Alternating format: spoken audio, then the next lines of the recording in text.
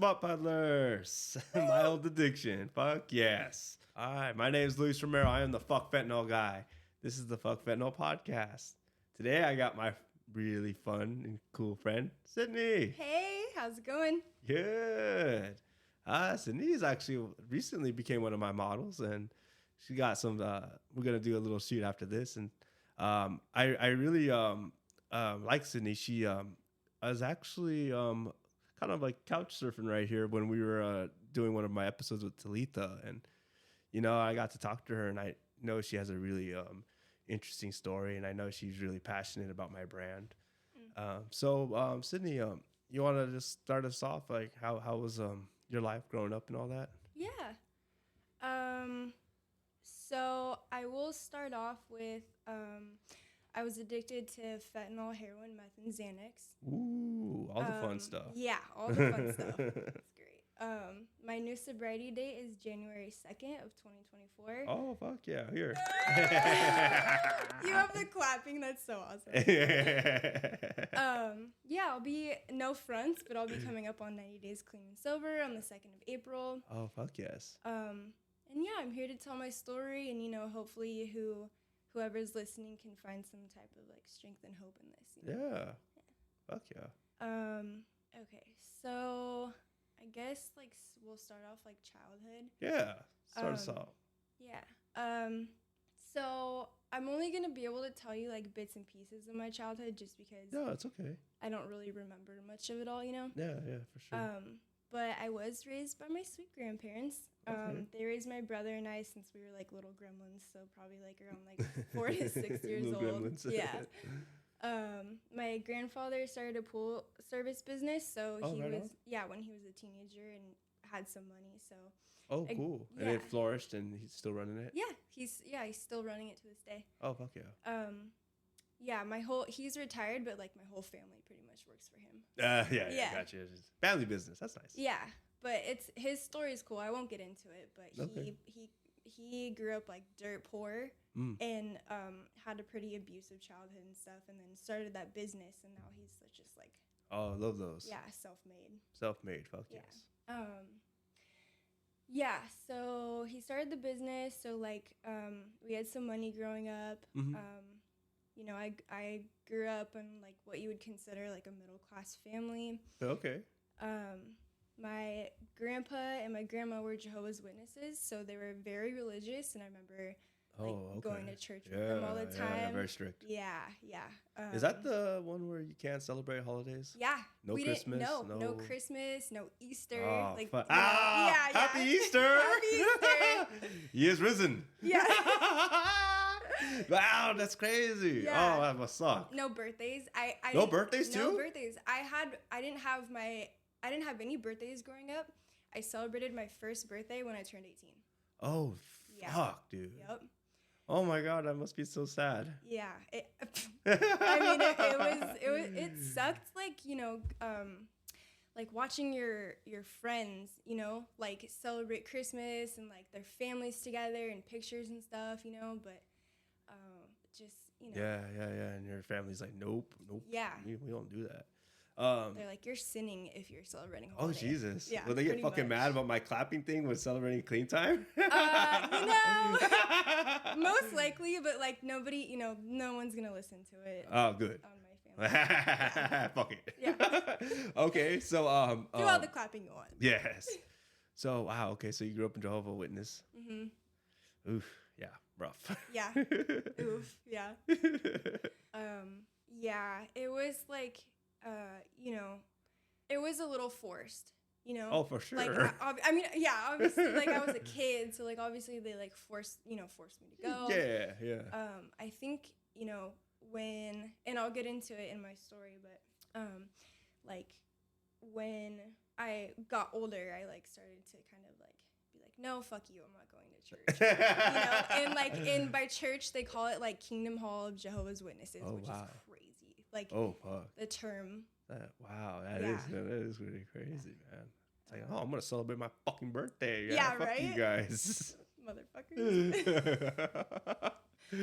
So okay, so you're rebelling against religion, kind of not a fan of the God thing. No, not really. And I feel like that tied into like when I got sober, it was pretty hard for me to find my higher power. Because I was forced onto religion and like that gnarly of a religion at a very young age. So I feel like when I got older, I just kind of like was like, no, fuck that. I'm not going to be like a part of any religion,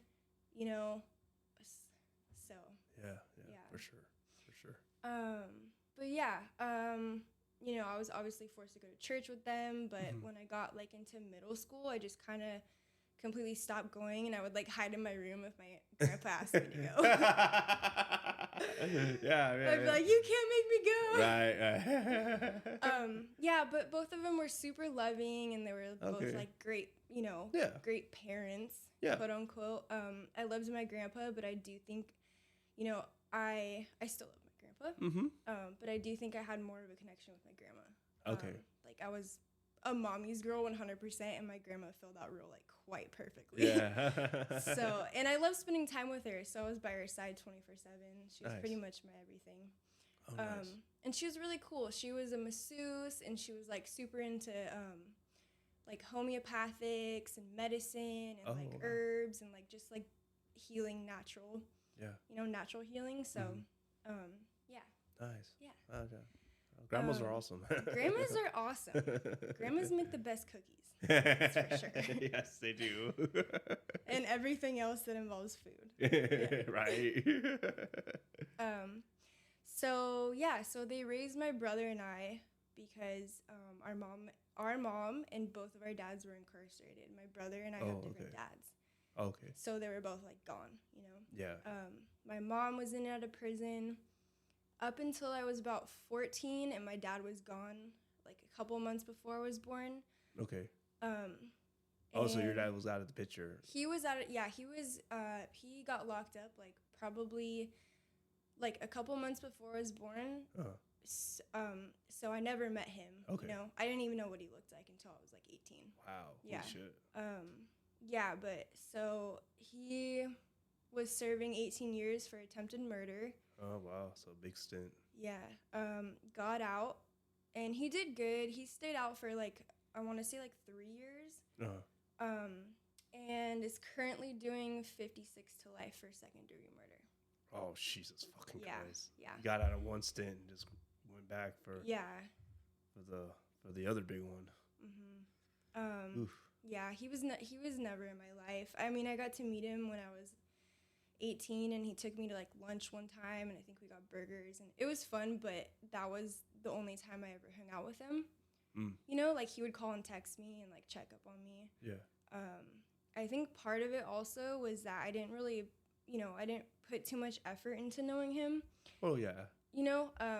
Like he left me for 18 years, wasn't around. Why should I like give him the time? Yeah, of course. I mean, that's how my head works. That's usually how it kind of goes. Yeah. They're not going to be present in your life. They're in there. So, and he was affiliated with the brand too. So I don't think I was interested in his lifestyle at the time. And I also think, I was scared he could potentially like pull me into something I didn't want to be in. Yeah, that does happen. Yeah. I was looking for a father in this dude, not a homie. You know what I mean? And I didn't receive that. So I think I kind of pulled away. Yeah. No, absolutely. So, yeah. So I'm going to skip over to like preteens / teen years because of me not remembering much. It's all good. Yeah. But so I think I was about 13 years old, if I remember correctly. My grandma was diagnosed with bone, liver, and blood cancer. Oh, God. And although at the time I didn't know she had cancer or really what cancer was, I just knew she was very sick. Yeah.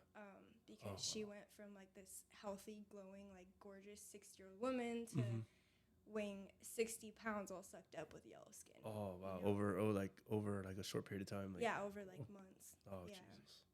That's so sad. sad. I know, it's really sad being a little kid and having to sit back and watch like someone like my grandma. Yeah. Someone you love very much, who was like a mother figure to me, just completely wither away from cancer. Yeah. Like that. Yeah, I don't remember the duration of her sickness. I just remember she was really sick one day. Yeah. Started looking different and like wasn't herself anymore, and then she was gone. You know? Yeah. So she passed away, and like basically my whole fucking world flipped upside down. Yeah. I think that's like when I started to just like shut down, and also like when I started to become like a rebellious kid. Yeah. I was in middle school at this time, and pretty much like stopped talking to my friends. I stopped hanging out with them. I started isolating. Yeah, like hardcore. And I would just come home after school and like go hang out with my grandpa and like watch TV with him or something, and like completely shut out the world. Yeah, yeah, yeah. During that time, I also started cutting.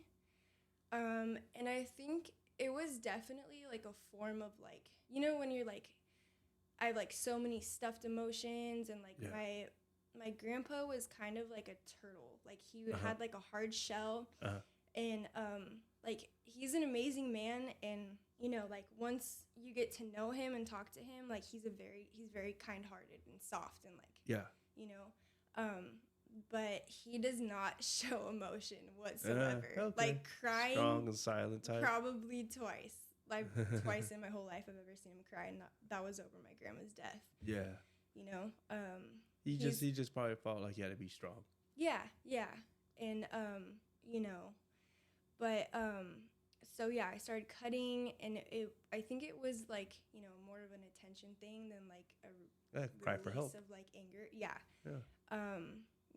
I didn't get super into it, but I did slash up my arm pretty good. Oof. But that was a one-time thing. I changed like my whole friend group and started hanging out with like the kids who partied and skipped school. Oh, I see. Yeah. And eventually I started drinking and smoking weed. I see.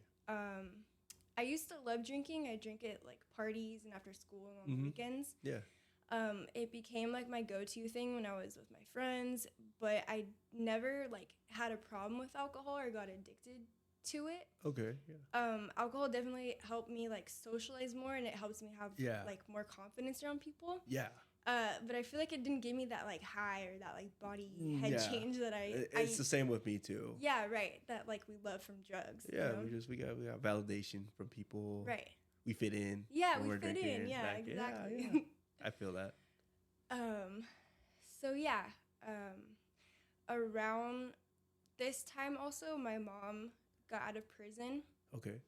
And we began to kind of form a relationship. Before I came on here, I didn't really know what I was gonna say about my mom. Sure, no, that's fine.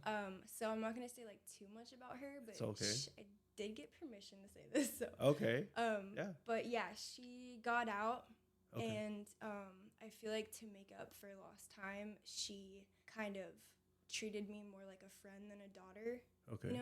So she bought me alcohol all the time, made me and my brother weed brownies, like you know what I mean. She like wanted to be the cool mom. Yeah, that type of cool mom. Yeah. Like, hey guys. And she was cool, and she still is, and I love her to death. Yeah. But yeah, so and then like around this time, this is where like my love for like rock and punk music came in. Oh yeah. Hell yeah. Yep. And like I walked around school with like my baggy Levi's and like a wife beater, my old beat up Converse and my cassette tape, and I would just like jam out and ignore the world. Oh yeah. Fuck yes, dude. Punk's the best. I absolutely loved it, still do. What was the band that got you hooked on punk? Smut Peddlers. Was it really? Fuck yes. Smut Peddlers, the Distillers. Oh, great. The Misfits. Oh, fuck yes. Yeah, it's all of them. Oh man, are you gonna go to that? You're gonna go to that No Values thing going? Yeah. Oh, when is that? I think it's June 25th, I believe. It's in June for sure. Yeah, I'm down to go. I already got my tickets. It's fucking. Yeah, I'm seeing Social Distortion, I think, in. Oh fuck yeah. Me too. See you there. See you there. But that's awesome. Yeah, fuck yeah. Punk. Yeah. So you kind of changing your look a little bit, and. Yeah. And did that influence a little bit more fast living lifestyle? Yeah. Yep. Usually not. Most definitely, yeah. Yeah, I think at this time too, like, I, started to like experiment more, you know. Summer going into freshman, like I was already drinking and smoking weed. Mm-hmm. Summer going to freshman year, I got introduced to like cocaine, ecstasy, Xanax, mushrooms, acid, all that. Basically the drugs everybody was doing at the time. Yes. So I experimented with those summer going into freshman year, and pretty much all of freshman year, until I got introduced to heroin and meth. Oh, damn. So all this in your freshman year of high school? Mm-hmm. Oh, Jesus. Yeah. Damn. Yeah. I went like pretty full tilt. Yeah, fuck yeah. Well, you grew up in North County, didn't you? Yeah, Encinitas. Encinitas, yeah. Fuck yeah. Yeah. I feel like that's kind of what like all the kids, in high school, like all the kids were like, ditching school and going on party buses and doing ecstasy and going down the beach and like smoking weed and like, it was like a regular day thing. Oh yeah. I don't, I feel like normal kids, like, or a different crowd of kids, like, just did it on the weekends, or No. I know like Encinitas kind of has like that, like not as predominant as maybe like OB, but like Encinitas had like that party culture for sure, because it's like right by the beach. Yep. And there's like always stuff to do. Yeah. And you could like go on a sick one and just like do little missions and shit. Little missions. Yeah. I mean, I grew up right here, like in Chula Vista, so I mean, it was a little more, I guess, boring, I guess you could say. But I mean, you could do the fun hood shit, but like it was just kind of like that's all you could do, really. Like if I ditch school, I'm just gonna kick it at the homie's pad. Yeah. We're just be fucking around and shit and getting in trouble and all that good stuff. But yeah. I love Encinitas though. Like whenever I do a job there, like it's just a cool little town. You know what I mean? It's beautiful. Fuck yeah. Yeah. So, the first time I smoked heroin, I was with an older dude. Ooh. Yep. Ooh. I was hanging out with him, and I obviously chose to, but we smoked heroin for the first time in the men's bathroom at a Henry's supermarket. Oh, in La fuck Costa. yes. Yeah. The old Henry's, like. Dude. They're now like Sprouts. They're Sprouts. I was like, I'm like Henry's. Like, God, I haven't heard that one in a while. And I got so fucking sick, and I threw up everywhere. My first time smoking heroin. Is it the taste? The taste too much? It was the high. Oh, it was the high. It was the high. It was like, I've never felt anything like that before. So yeah. I don't know. Like, I think it was just overwhelming. Obviously, the taste is nasty too. Yeah. So But oh wow. So you fucking I'm fucking mess. Yeah. I'm all trying to be like cute and like cool, and for this like older dude smoking heroin for my first time, and just throw up everywhere. He's just looking at you like, one of those. Yeah. He's like, what a punk. Definitely not doing this again with this chick. Yeah. So did when you barfed, it made a huge mess, and like So somebody had to clean that shit up. No, I cleaned it up. Oh, you did? Yeah, come on now. Oh, okay. Well, that's nice. At least you did that. I threw up everywhere. I don't, thinking back, like, I didn't know, like, if I liked it, Yeah. I feel like the first time I did it, I didn't like it, and then I chose to do it a second time, and, when I smoked it the second time and, like, kept smoking and I didn't get sick, like, it was on. Oh. Yeah. I fell in love. I see. It was a little built up to it. Yeah, definitely. Was it by the same guy, or was it just you were already finding it? It was the same guy. Oh, okay, okay. Yeah. He was like, "You're fine, don't trip." Yeah. Happens to the best of us. Yeah, it happens to the Okay. And at this time, pretty much all the older people, like, I started hanging out with, like, were already smoking heroin and speed. Yeah. Oh shit. Because I was hanging out. I was like, I think I was like, how old was I? I think I was like, 14 to 15 around that area. And then like they were like 18, 19, or like 17, 18. Mm. So they're older than me. Yeah. Yeah. So, I mean, once I started doing that, it was pretty like obvious, especially to my mom, that I was using. Mm-hmm. And I didn't try to hide it. I feel like I almost was like, you were gone my whole life. I'm going to get you back, like almost like not rubbing it in her face, but like, this is what you did to me. Like, I'm an addict now. I played the victim a lot. Was she also doing those type of drugs too? Yeah. So both of my parents are drug addicts. My mom, they were both into heroin and speed. Okay. My dad was more. My mom was more into like meth and stuff. Oh, okay, gotcha. Yeah, she liked the fast life. Yes, I see. It's she's like, I don't have time to get sick. Okay, like I'm trying to sell some drugs. I'm not trying to get hold back here. Yeah, right. So yeah, I was still living at my grandpa's. Yeah.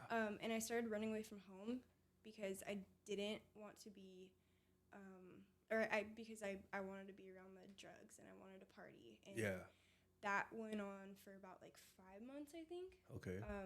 And then like my mom was finally like tired of my shit basically and came and found me on the streets. I was running around in Locadia, and she found me and picked me up and took me to a girls' group home. Oh shit. Yeah. Okay, she won't play no more. No. She's like, this is not happening. So that was my first ever experience in like a 12-step program and going to Narcotics Anonymous. Really? Meetings, yeah. So really early on. Yeah, it's really early. So, and also my first experience having opiate withdrawals. It was the gnarliest thing I've ever experienced. Yes. Take cold at turkey? the time, I did, yeah. Yeah. I'll get into it, but like when I got older, I did use like methadone, Suboxone. Okay. Stuff like that. But like my first time kicking, I just did it cold turkey. Yeah, holy shit. Yeah, and I remember like thinking to myself, like, I'm never fucking doing this shit again. Oh yeah. Oh yeah. Like, and I think about that first kick is like the worst, I think. Yeah, because it's super like unfamiliar. Yeah. Like you don't know what to expect, so you can't prepare for it. Yeah, no, yeah. I thought I was gonna die. I was like, please just kill me. I'd be fine if this is how I die. Your bones, your skin's crawling, your muscles, you're just dying. Yeah. I feel it. Yeah. So I remember like thinking to myself like I'm never fucking doing this again, and then I did like I can't really remember, but I think I did about a month in the group home, and I did good, and I stayed in there. Okay. And my mom would come, and she would you couldn't have visitations, so she would throw packs of cigarettes over the gate for me. Nice. But yeah, I stayed in there, and once I got out, I went literally right back to using heroin and meth. Back to business, baby. Back to business, baby. And this time around, I was using like both every single day, all day long. Okay. So I was like picking up I was getting a habit. Getting a habit. Yeah. Damn, you're 16 years old too. Yeah. Shit, dude. Yeah, I was a little shit. Little troublemaker. Troublemaker. Yeah. I think like a year passed, and my mom got a call from my homie's mom, who was at a rehab called Cornerstone Recovery. In Houston. Have you heard of that in Houston, Texas? I think I have heard of it. Yeah. And so the kid was telling me to come out there and that they like had fun out there and that he was actually sober and doing good. So I ended up jumping on a plane with my mom. Wow. Yeah. Wow. Yeah. And I went there and I stayed sober for a little over 2 years out there. Okay. It was a good experience for me. But it was also really weird. Like when I landed, a car full of like 5 kids came and grabbed me from the airport and like, drove me. Really? Yeah, it drove me to my host home. Oh wow. So yeah, the kids who were in there, their parents like had to be involved too, like addict or not. Yeah. So and like sometimes they would volunteer to be hosts for kids in the program, Uh-huh. who like didn't have homes or who were from like out of state. So that was me. Yeah, you yeah, know. for sure. Everyone was really nice, but it was extremely strict. Like I remember, like an hour into being at the home, I got my phone and my makeup taken away. Ooh, and that's not fun. Yeah, and like I get it. Like, you know, you take all the materialistic things away. Yeah. So you like strip a person bare so they can work on themselves without like distractions. Yeah, I agree with that actually. Yeah, I do too. But like I was young, so I hated it. Oh yeah, you're like, and I didn't want to be there. Yeah. My phone back, motherfucker. Yeah, but I grew to like accept the rules, and I did make some friends, and Nice. yeah, and I stayed there for over 2 years. Okay. I finished 2 years. 2 years. Oh yeah. shit. Yeah, Oh, I was there for a long wait, time. what? Yeah. Okay. Stayed there for over 2 years. So you turned 18 there. Mhm. Wow. Holy shit. Yeah. Wow. Yeah. Did you get your GED while you're there? Yeah, I did. Well, I finished. So, I finished my sophomore and my junior year of high school. Oh, because inside. I was a high school dropout. Yeah. Oh, okay. Wow. Holy shit. Mhm. Yeah. Okay. When I moved back, this was probably like 5 years ago. I went to San Marcos adult continuation school, and I got my GED there. Oh, cool. Yeah, but I did finish sophomore and junior year in Texas. Wow. Yeah, so I finished those 2 years and then decided to go back home. Okay. So I went back to California, San Diego, when I was 18. You know, I SO'd, like graduated from outpatient. Okay. In Texas, and like made amends to my mom. She flew out, and her and I had to like sit. It was crazy. Her and I had to sit in chairs, like right in front of each other, and hold hands, and you couldn't break eye contact. Oh, and I sat there and made all of my amends to her while sitting in the middle of the whole entire outpatient group. Wait, what? Yeah. You did this in front of people? Yeah, like they were sitting in chairs in a circle on the outside, like around us on the outside. What the fuck is that, dude? I was I was like shaking. I was so nervous. Oh my fucking god, yeah, dude. like dude, I'm digging up like family trauma here. Like I don't need an audience right now. What the? I've never heard of no shit like that. It was nerve-wracking, dude. Yeah. I couldn't do it. Right? I would be like, fucking peace. I'm out of here, dude. Make me face my mom in front of all you fuckers. Yeah, and it's like you're sweaty, and you have to hold their hands. Oh my god. And you know, you can't break eye contact, and then the counselor, like the main counselor that like just like started Cornerstone Recovery, he sits there too with like a couple other counselors. So he sits there and critiques the way you're making amends, and will literally interrupt you to be like, "Hey, look, you're not being real. Like, go back and try it again." Like, what the it was pretty gnarly. Oh my god, what the fuck kind of shit is that? Literally would never do that again. Oh fuck no. Yeah, so I did my 12 steps there, but most of it was just like me scribbling on papers and not really like reading the questions and turning them in. Like, so I wasn't like fully in. You weren't, you weren't fully invested in 12 steps when you're a teenager. Yeah, it was more like school to me. Like school and like hanging out with like random new friends. You know what I mean? So I can totally see that. Being a teenager, you're like, man, I don't know what the fuck I'm doing. Like, right. And wow, that's so wild. And you were clean from 16 to 18? Mm-hmm. Wow, that's fucking cool though. I mean, so yeah, at least you got to, I guess you could say it was a seed. Yeah, it was. It's just. I definitely like there was definitely a lot of growth there, you know. Yeah. The only reason why I don't think it helped me is because I didn't care. Yeah. I didn't care to like dive deep and like, you know, and then I feel like I also like, you know, with like using drugs, I feel like I knew it was miserable and I knew I was suffering, but I just didn't care. Yeah. You know what I mean? Like I you know, I just didn't give a shit. No. I mean, to treat a 16-year-old man, I wouldn't know what the fuck to say, you know, like, because I work in treatment and you know, I do know like there are, you know, juvenile programs and stuff like that, and like because I just go back to where I was 16. Right. I had such a fucking ego, dude. Like, there's Right, me no fucking way you can convince me to change. Yeah. You know, and that's ultimately what we're trying to do. And it's just like, you know, you could lock me into a fucking rehab as long as you want. You could throw me in jail or juvie. I'm still gonna do the same fucking thing. Right. The second I get until I want help for myself. Exactly. Which I feel like your brain doesn't fully develop until you're like in your 20s. So like, you know, yeah. I mean, that's just we're just going by facts. You know, like I'm sure there are some juvenile success stories. I'm pretty sure. It's just such a rare, like a unicorn. Like, yeah, I got clean somewhere around 16. Right. Like, you know, my life was out of control, but I dug deep, and I'm gonna, you know, like, yeah. It's like we want that, of course, and we want that. It's just so rare. Right. Okay. So around this time I left Texas and I came back home to California. I think I stayed clean for like a couple months and then started using heroin and meth pretty heavily again. Okay, yeah.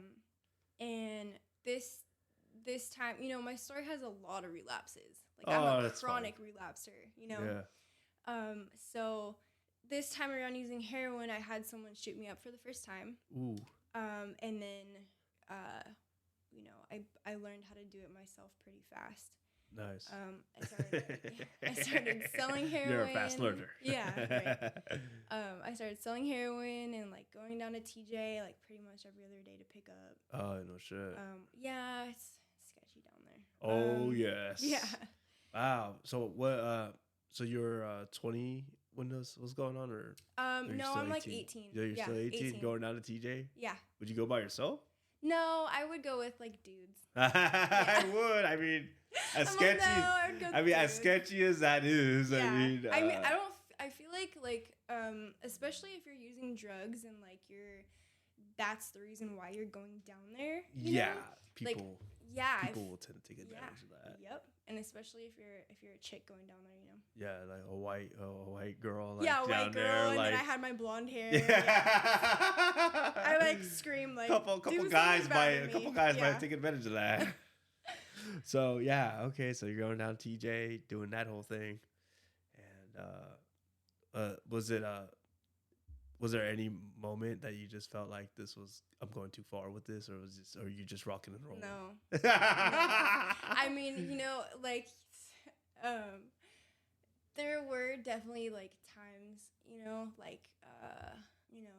like maybe near death experiences, and like I have a story about that, but like I'll get into it later. Okay. But you know, even with something like that, like I feel like I just did not give a fuck. Yeah. You know, I was like, let's go full tilt, and I don't care what happens to me. You know what I mean? Yeah. Yeah. So like, you know, and then also like this time around, like, you know, when I started slamming is when like, you know, everyone around me like started overdosing too. Mm-hmm. You know? Sure. And it was really scary, you know, you'd be like on Facebook or Instagram and like randomly see a post that like someone died. Yeah. You know, and then you'd call around and get the scoop of what happened, like maybe attend their funeral if they're your friend, and like see their family just devastated. Yeah. Like, and then go back to whatever you're doing and continue to use that same drug that just killed half of your friends. They killed them. Yeah. I can insanity. That. Yeah, absolutely. So like, you know, I started getting arrested for drug charges and I did a couple rounds in jail. I've done PC 1000 and Prop 36. I think like when I was doing Prop 36, I started going to the methadone clinic in Oceanside. Oh, okay, gotcha. But I was still like using on top of the methadone and like never really attempted to stop. That typically happens. That typically happens in the fucking methadone clinic. Yeah. I think I just used methadone to like increase the high of heroin. That's like for sure what I did. You know? I need a little boost here. Yeah, right? Because like fentanyl wasn't around yet. So I'm like, what could like amplify this right now? Oh, methadone. I could do a little less heroin and just keep upping my methadone dose here, maybe. Or like the same amount of heroin and just a bunch of methadone. Wow. How high was your dose? The highest. So I remember starting off at like, I think if I remember correctly, I think they start you off at like 30, Okay. 20 maybe. Okay. And then take you to like 50 to 60. But the highest dose I was at was 125. Oof. Yeah. That's a lot. I was at 125, and That is a one fucking time, lot. one time when I got arrested, I ended up going to jail, and I did 6 months. Yeah. For a drug charge, and I ended up having to withdraw because I was on methadone. Oh fuck, It was really bad. Methadone, withdrawals were fucking Ooh, gnarly, I too. thought heroin, the heroin kick was bad. That's Methadone the next, was that's the next worse. level. Yeah. Yeah. It's a fucking trip, man. I never got hooked on methadone. I tried to get on it. Literally, like on my last run, I was trying to get on methadone so I can have a clean test for probation. Right. So I can stay strung out on methadone and not give a test and then I'll go back to heroin. But I couldn't even do that. I couldn't even fucking. My mind was so set on heroin and shooting up, and I was like, yeah, like fuck it, fuck it. Yeah, I understand that. So yeah, I never had the addiction with methadone, but I've seen plenty of people. Like it's sad, man. They're stuck on it. Yeah. And I'm not trying to talk down and whatever. You need methadone to kick fentanyl and heroin. Obviously, take it, but like it's just sad when people get strung out on it. It is, yeah, like, it is really sad. I know a couple people that are strung out on it. Like 100%. Yeah. They're 100% dependent on it. And, they're on high doses, like 100, or I think I've heard of someone be on 200. Yeah. Which would probably kill anybody. Right? You're like, damn. Yeah, it's gnarly. I feel like when I was on methadone, I like there are times, and this could be like the placebo effect or like sure. Just my addict brain. Oh, I like that placebo being like, effect. Yeah, right. Being like you need more, but I feel like when I was on like 80 milligrams, and like maybe like a couple weeks later, like my brain would be like, oh, you need more because you're kind of getting sick. You know how it works like that? Yes. Yeah. Absolutely, so, I do. Yeah, I feel like that's a big reason of why people go up so high. Yeah. Yeah. It's just maybe not the reason, but like maybe. Yeah, like it's just not enough. It's just you're trying to fill this void, and it's not enough. And you just need more and more. Right. Yeah. Oh God! So you're in the methadone clinic. You get into that whole thing. So I was dating this guy who we were using together. It was the same guy that taught me to shoot up. Oh, okay. So, yeah, what a gentleman. What a scholar. What a scholar. We love him. So I'm like crying. He taught me how to do that, and then but like meanwhile, while we're using heroin, he was on methadone. Okay. So, and I kept telling him, I was like, I want to get off heroin. I want to get off heroin, you know? So he like kind of referred that, and he's like, get on methadone. Like it'll, you'll probably stop using it. Helps a lot of people. So I was like, okay. And when I got on it and just kept using it. So I never figure out if it helps people or not. I just kept using. So great. I'm on 2 drugs now. Right? Fuck. Damn it. How long were you on it for? I was on it for like almost a year and a half, probably. Oh, okay. Yeah, up until like, probably like, I don't know, 19 maybe. Okay. Like around that time, 19 to like, I don't know, somewhere around there, 19 or 20. Gotcha. So like around the methadone time, I also, that's when I started getting like really into popping Xanax bars. Ooh. Yeah, and so I was doing heroin, I was doing methadone, and I was popping Xanax. I'm surprised I'm alive. To be honest. like that just registered in my brain. Like that's so crazy to think. Like add like fentanyl and speed on top of it. Like how do I not have like a leg missing or something? You know what I mean? Like that's crazy. I know. I fucking get that. God. Your body fucking took the abuse and was able to go with it. Yeah, I mean, I did get really sick when I was on fentanyl, but I'll talk about that in a little. Okay. But yeah, so like, started popping Xanax bars, and I had a friend who had them. Yeah. So and he went to a dirty doctor up north to get them. Okay, gotcha. So I started going to the doctor, and I got prescribed them, and I think I got like 60 of them my first prescription, and just started popping them like candy. Ooh, You know. that's fucking crazy. So I started going to this doctor, and I got prescribed them, and I got like 60 of them, and my first prescription, I was just popping them like candy. Yeah. Eventually, like, I was hooked on them, and like, although I did stop eating them like all day, like candy, I was still taking like 2 bars a day, and so I would take one like first thing in the morning, when I woke up, and then my shot of heroin, and then the bong hit a speed, and that was like my daily ritual. Oh, the bong hit a speed. What do you call it? The quag. The Yeah, quag. the quag hit a speed. Oh Yep. shit. God damn. Yeah. Yep. So like after a couple years of doing that, I decided to like get sober again, you know? So and I mean by this time, and I've already said this, but you can tell I was a chronic relapser. It's like always like me using and then me trying to get sober but not having the right tools, you know? So I always relapse, and yeah. So, I never put my all into fixing any issues I had, like, nor did I think I needed help in that type of way. Yeah. I always thought that drugs were my main problem, you know, and that if I got off them and everything works out. Yeah, like did a MAT program or something, like stayed on like Suboxone or whatever, like I'd be fine, you know. Yeah. But like there was always like underlying issues, you know. Yeah. Like whether it was like abandonment issues, issues with my parents, not feeling like I'm good enough, self-destructive patterns, what else, like self-image problems, like you name it, like you know, I had all of it. I still sometimes, you know, feel that way. Of course, yeah. So I did get clean off hard drugs, and I got on Suboxone, and after I think like a 3-month period, I was at 24 milligrams. Okay. So, which kind of was a lot, you know. Yeah, that's like 3 of those strips, right? Yeah. Okay, yeah, I got you. So yeah, and I was dating a good guy at the time. He didn't do drugs. He used to when he was a kid, and then went to prison and got out and like was on the straight path, you know. Okay, got you. So I was dating a good guy.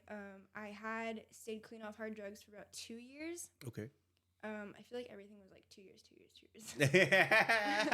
Like 2 years, I'll try to do good, but after that, fuck it. You had a pattern. Yeah.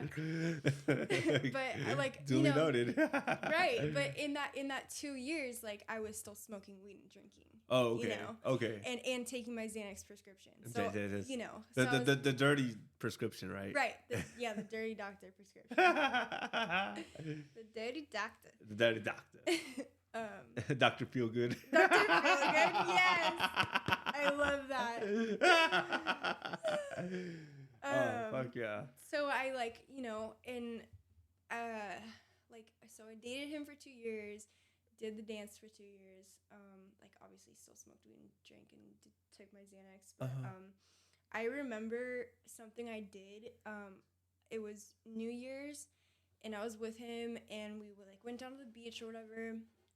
And we were making like New Year's resolutions, right? Okay, yeah. And I had made it, you know, I made it one of my New Year's resolutions to get off subs, because I just didn't want to be on them anymore, and they were like making me super tired throughout the day, and I felt I feel like that drug kind of like sucks your energy, you know? Oh yeah, they have massive side effects.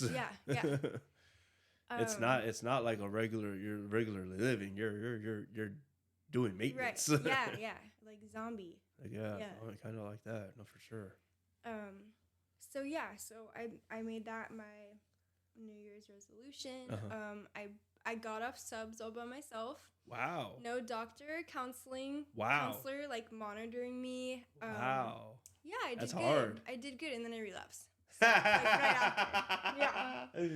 Yeah. Good job. And I'm like, ooh, no. Yeah, but then for sure. They rub it in your face too, like, you know, like, oh, you can't get off this, you'll relapse, and whatever. Yeah, but, I feel like, you know, I don't know, but yeah, so like around this time, like when I first got introduced So when I relapsed, this is the time I got introduced to fentanyl. Ooh, This is like the big daddy. Big daddy coming. It was such a trip because like, you know, I relapsed and like went to an old homegirl, you know, and like I remember like I was looking for heroin and it was just gone, you know. That definitely happened. Yeah, like everyone started using fentanyl and there was only Was this like around COVID time? It was after COVID. After COVID. Okay. Yeah, like everyone, you know, started using fentanyl and there was only like 2 people who could get heroin. And they're like far away, you know, so I'm like, fuck. Only 2. Yeah. I fucking believe it. I don't really remember smoking fentanyl for the first time, like if I liked it or not. Because I remember smoking it and like instantly falling asleep for like 2 hours. I mean, I'm like, what the fuck is this shit? Like, you couldn't even enjoy it like you would with a shot of heroin. Right. But you know, after a couple days of smoking it, I did get hooked on it, you know. Yeah. One thing I will say is that drug is a fucking demon. Oh yeah. Like all of them are, but that, you know, like if you ever want to see like a walking zombie with nothing good going for them and like emotionless and just, you know, give them like fentanyl, you know. Yeah. Like it's so bad, and you know, I've never experienced my life crashing down on me so bad like that. You know, I feel like when I was using heroin, I was able to like maintain a job and like, you know, like stuff like that. Yeah. With that, you're not.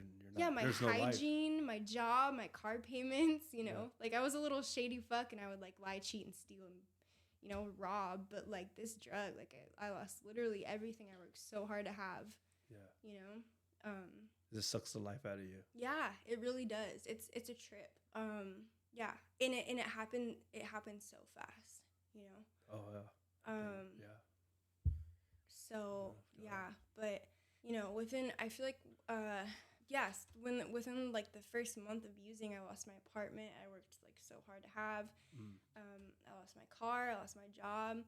My family wouldn't really talk to me. I mean, like they were there to support me, but they're like, kind of, what the fuck are you doing, you know? Yeah.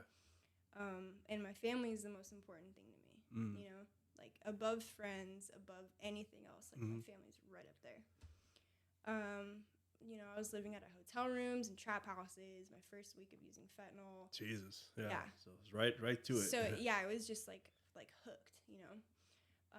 Like, you know, so I started dating this guy who was selling at the time, too. So, like, you know, I always had supply around me, you know, and like what a gentleman. Yeah, such a gentleman. So like I never got sick, and I feel like because of that I developed like a really bad, like nasty habit. Oh, for sure. I mean? Like, you know, I think when I was hooked on fentanyl, that was my longest run. I was also on fentanyl for 2 years. Wow. Yeah, I feel like this is okay. It's a now pattern. I haven't it's really definitely a pattern. Yeah, I haven't really like dug through my life like this yet. So I'm like, oh, 2 years, 2 years, 2 yeah. years. You know. I'm definitely keeping an eye on you when it's a 2-year mark. Yeah. Oh, whatever. No, please do. I don't. No, but like I've never really like gotten into recovery and like worked on myself like this. Yeah. You know, I've never sat across the table from someone and shared my story. Yeah. You know, I've never worked the 12 steps like this. So you know. Yeah. Yeah, so, yeah, I mean, like, it was pretty bad, you know, my health was starting to deteriorate, like, I had to go to the hospital because I don't know if it was, like, numbing my insides, like, my organs or whatever, but they were shutting down. Oh, like, I bet it was. Yeah, but there was. No, but, like, I couldn't feel my bladder. So, like, I'd be doing something random, like driving somewhere or shopping or being at, like, a drug friend's house, and I would literally piss my pants. Oh, fuck. Like, I would just piss my pants. And it is kind of funny now, but, like, I was so embarrassed and just like, what the fuck, dude? Like, this has already happened twice already today. Like, Jesus Christ. Were you wearing a diaper? No diaper. No. Did you go to the hospital immediately? I did go to the hospital. Yeah, I started getting abscesses on my legs. Okay. I had to go to the hospital for those. So, while I was there, I got that checked out. Yeah. But like before, when I didn't have the abscesses and I was just like, fuck, this sucks. But like, I'm not going to do anything about it because I don't care about my health right now. You know what I mean? Like, it's just so nasty. It's just not a good way to live. That's fine. I'll piss off myself here and there. Yeah, right? But if I get an abscess, like, I'm going. It's just weird how your brain works. Right. But yeah, I started getting them on my legs. I went to the hospital, because like the drug lifestyle is so dirty and your hygiene is pretty much like non-existent. No, yeah.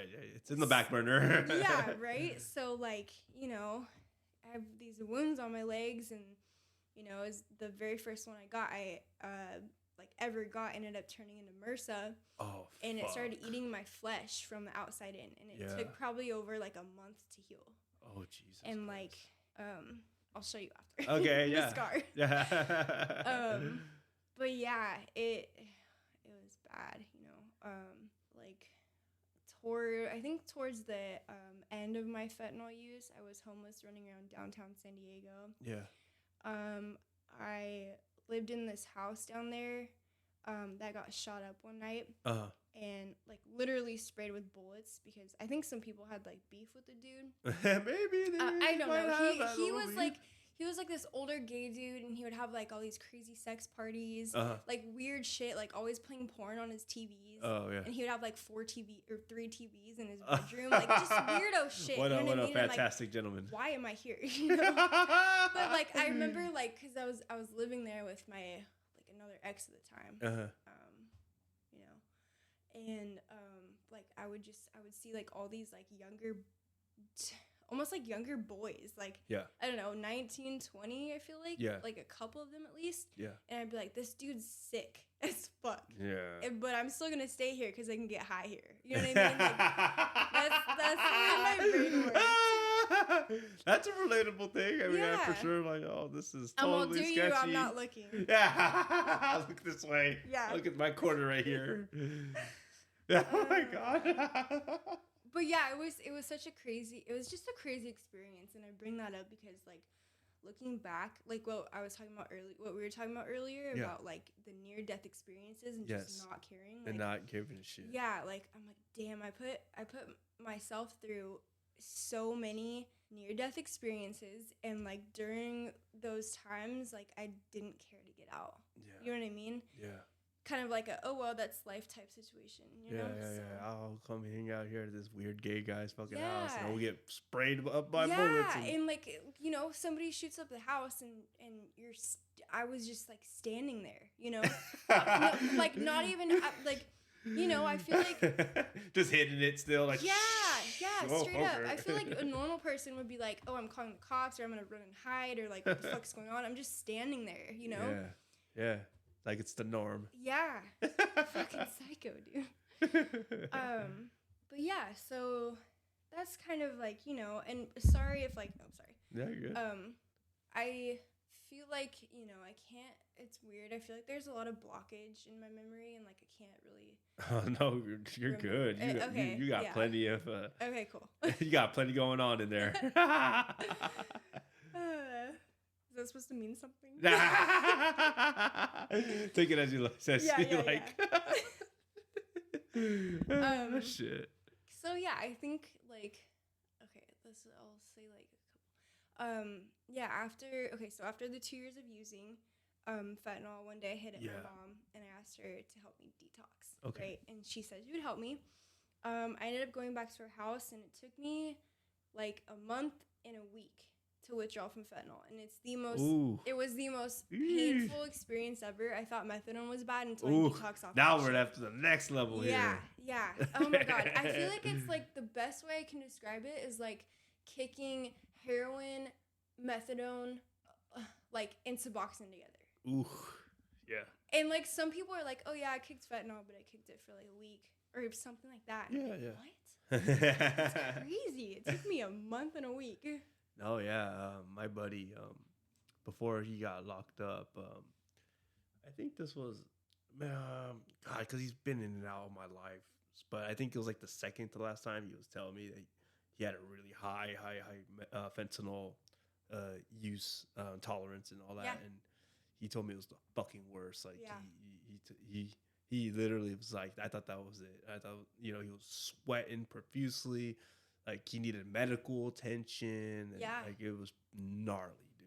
Yeah, I feel that. My mom detoxed me, and she, like, I wish I could tell stories, but like I low key don't want her to tell stories. But Right. no, like fuck. She called like, you know those mobile IV clinics that like Oh, yeah. drive to you and Yeah, give yeah. you like an IV of fluids and stuff. Yeah, I know that. So she called them twice and Okay. had them come give me an IV of fluids because my lips were so chapped. Oh, I no couldn't shit. drink water. It was so weird. Like, I feel like I sound like a pussy right now, whatever. Like, I just couldn't drink water. And like, the only thing I would do is like eat a Jolly Rancher or something. You know what I mean? Like, I wanted sugar and I couldn't eat food. And like, yeah. I remember laying there and I was like, fuck, dude, like this sucks. Yeah. You know, I want it, but this sucks, you know, and I feel like, you know, and I also pissed the bed like twice.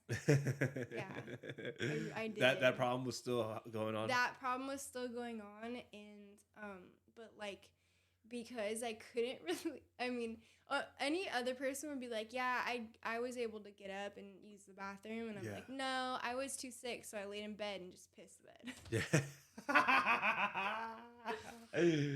Yeah. You gotta go. Yeah. I mean, I feel like I should be embarrassed about this, but it's not. I'm not. You know, it's part of being a drug addict. You know. That is true. You're not an addict if you haven't pissed on yourself at least once. Exactly. And I'm sure people have done grosser shit. You know. I'm sure. I know I have. Fuck yeah. So I stayed at my mom's for about 3 months. Okay. After that, I'm detoxed. You know, I'm still on Xanax though. Okay. You know.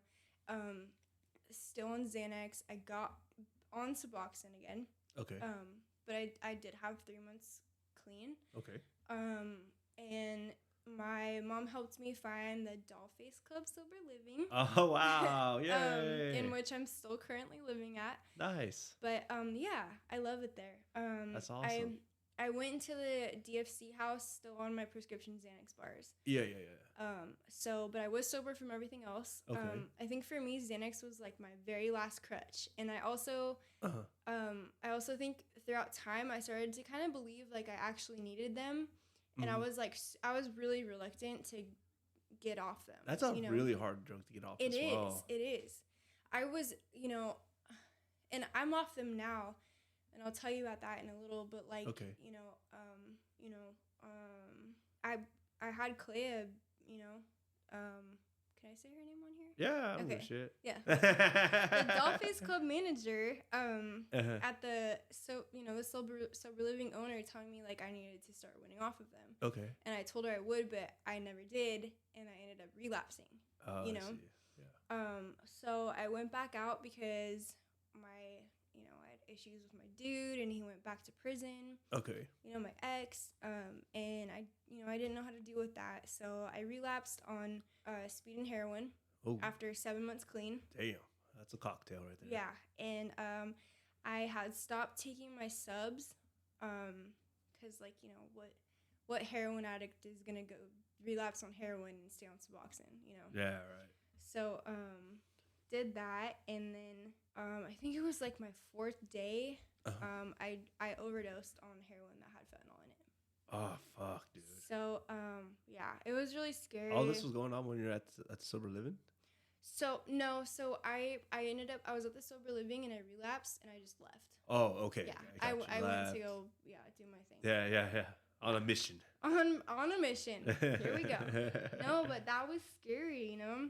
Yeah, absolutely. And like, you know, when I was using heroin and stuff, like, you know, I did have like a couple times where I overdosed because I did too much, but yeah, you know, your chances of coming back from an overdose on heroin are like way greater than fentanyl. Yes. You know? That I can agree with. Yeah. People OD on fentanyl and don't come back. You know? Yeah. Even if they're, you know, administered Narcan. It literally fucking kills you so fucking fast. Dude. Yeah. And what's crazy is so the person I was with gave me Narcan. Yeah. Right, he administered Narcan in my nose. Yeah. The nostril that like he administered in it, because I was dope sick and I went over to his house. Yeah. Because I tried to stop one night and I went to my grandpa's, right? Yeah. And then that next morning I went back to his house because I was like, fuck this, like I'm putting myself through this again, like I'm just giving up, right? Yeah. So I went and I took a bong hit of some heroin that had fentanyl in it. Okay. So he administered it and I was dope sick, so my nose was clogged. Oh. You know, I was like sniffling and I was sick, right? So I'm lucky that it even registered, you know? Yeah. Or like went through, you know? Yeah. Yeah, it's a trip. It's Oof, scary. Jesus. Yeah. I was always thinking about that too. Like, what if you had like a clogged nose? Like, you're trying to spray that shit. Like, would it work or maybe just wouldn't have enough effect and you just keep doing it? Yeah, I mean, what's crazy is when I started hanging out with this guy, like I didn't use it first, but eventually I did with him. Yeah. But I initially gave him that Narcan. Yes. Because I knew he had like 2 different batches, whatever, I won't get into it, but like he had a batch of heroin and a batch of heroin with fentanyl in it. Yes. And I knew he was fucking around with fentanyl. Yes. So I gave him initially the Narcan. Yes. And he ended up using it on me. Wow. So so like I mean Full circle. it's just like what the fuck? Obviously God was having my fucking back. Yeah. You know what I mean? Yeah, he did. Like clogged nose, you know, the only one I gave him, just one. You know, usually you have to do 2. Most of the time, you. Yeah. I had to use 2 on one person because 1 wasn't enough. Yeah. Wow. So, yeah, that happened. You know, it was scary because like I just experienced how beautiful life was in that 7 months clean. Yeah. You know, and like you know, for the first time in my life, you know, so you know, I made unbreakable friendships. You know, I started finding my tribe. Nice. You know, working my steps. Ah, yes, that's good. Yeah, and like to think that I could have died is scary, and also, or that I did and came back is scary. But you know, it also makes me sad to think of like doing that to my family. You know. Yeah, absolutely. Yeah, but so the owner of Dollface Club gave me a chance to come back to sober living. That's nice. Yeah, and I'm grateful for that, and I'm grateful for her. Yeah, absolutely. I did have to go to detox to get off the Xanax. Oh, okay. Yeah. Which, you know, I feel like looking back, you know, I was really embarrassed of my relapse. You know, like I just had 7 months and I was doing good, you know. Yeah, but, yeah, I can see that. Coming back was a little like, you know, intimidating for me, but you know, I feel like it was supposed to happen in order for me to get off the Xanax because I was so reluctant to get off of them, and I seriously thought I couldn't live life without them.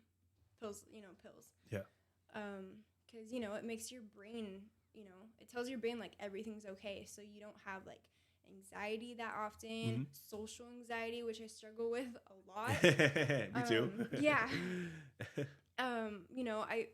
I think one of the hardest things for me out of, like, everything I've ever done, you know, was get off Xanax. You know, and it did give me, like, really bad social anxiety, you know, like, being around people when I first got off Xanax. Yeah. I didn't know how to have a conversation, and everything freaked me out to the point where I was like, I wanted to isolate, you know? Yeah.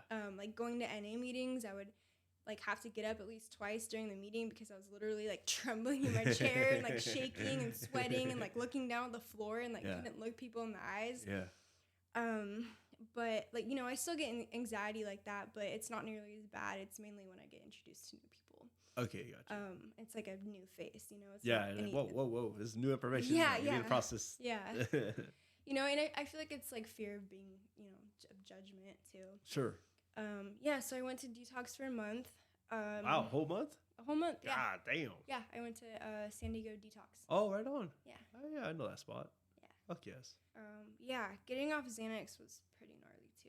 Oh, hell yeah. I think it's worse than a dope kick. Now sure. we're at level 4. Yeah, yeah. We're at like big daddy over here. Yeah, dude.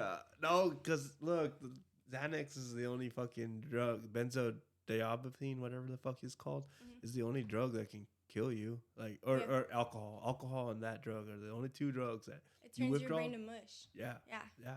You're dead. Like, if you don't get proper medical, supervision and all that, you can die. Yeah. It's crazy. Yeah. Even with heroin, that shit won't do that. You would want to die, but right. But you won't. You won't. Yeah. I mean, I thought, when I was detoxing, I got really bad nosebleeds, like out of the blue. You know, I never get them, and I got them like, almost every other day for the first like 2 weeks. Wow. Yeah. Oof. That's how fucked my brain was. Oof. Yeah. Damn. I couldn't be around people. I had like all the symptoms like a dope kick would be, like I was sweaty, shaky, trembling, my pupils were huge, like I was yawning, my heart rate was racing really fast. I do that sometimes too. Yeah, I'm a huge yawner. Like, I'm tired of it. I feel so bad when I'm at a meeting. I'm just like, right? Oh, shit. I'm sorry, you're not boring. Yeah, right. But yeah, so it was a good experience. I obviously hated it at the time, but oh yeah, I'm cured. I'm doing good. Nice. That's good. So you got out of detox and then you went right back to Dolphins Club Sober Living. I did. Yeah. I got out of detox. Went. Did a month, and then I only relapsed for like 2 weeks. So I relapsed on Christmas Day in December. Oh, no shit. Spent all of January in detox, and then came back like I think February 1st or sometime early February. Oh, wow. Yeah. Oh, no shit. Yeah. Yeah, see, I didn't notice you were gone that time. Right. Oh, thanks. Thanks a lot. Well, it was during the holidays and stuff, okay? But, because when I remember meeting Sydney, right when Clea just opened up the Sober Living and stuff, and she has like this really platinum blonde hair. You could not miss her. Yep. It was like white, I feel like. Almost white, yeah. No, that was like my trademark. Yeah. Kind of had like the blondie like kind of look, you know, like Deborah Harry. Like it was like this girl. Yeah. And and and obviously you had a slip up and stuff, and it seems like right when you came back there, man, it seemed like you were just full force trying to do the recovery thing, and like you're taking it really, really, really seriously. Yeah, I am.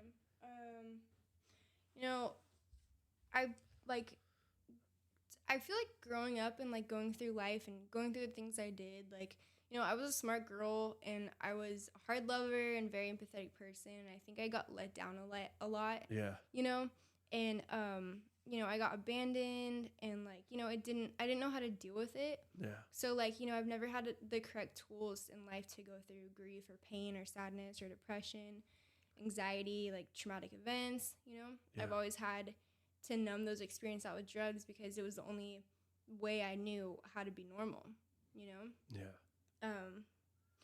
I did this drug dance for so long, and as a chronic relapser, I always have to constantly be working on myself and staying busy. Yeah.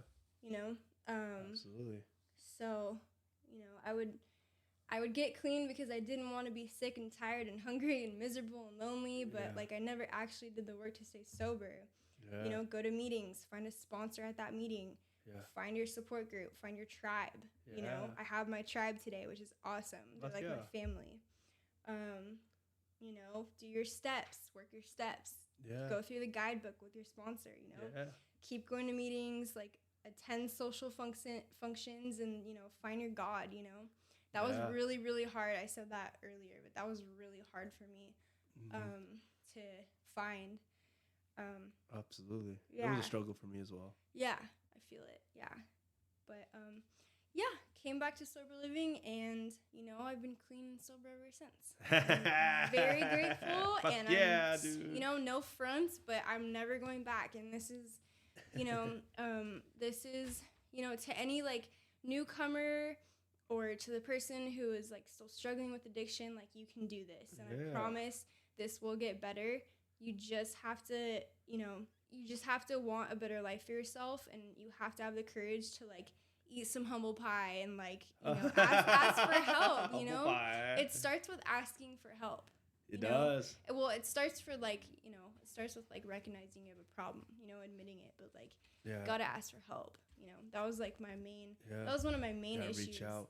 Yeah. Absolutely. Like I said before, I really appreciate you know, your support and my brand, and I really look forward to, you know, seeing you grow. You know what I mean? I see it in you. You have that spark. You know what I mean? You have that spark. Just and I know you can, you know, get a couple years and then eventually even grow farther than that. You know what I mean? And I definitely think that a lot of women could, and you know, struggling could relate to your story. And I think that, you know what I mean, seeing you grow and seeing you progress in life will really help out somebody. Yeah. You know what I mean? Thank you. Yeah. And you know, I wish you the best of luck, and I'm looking forward to doing some fuck fentanyl photo shoots with you too. Hell yeah. I'm so excited. All right, everybody. Thank you for listening. Goodbye. Bye. This episode is brought to you by SD Sober Living. If you or someone you know needs a safe and supportive recovery home, then reach out to SD Sober Living at www.sdsoberliving.org or call 619-625-0769. That's 619-625-0769. Come get some San Diego recovery and some fuck fentanyl at SD Sober Living.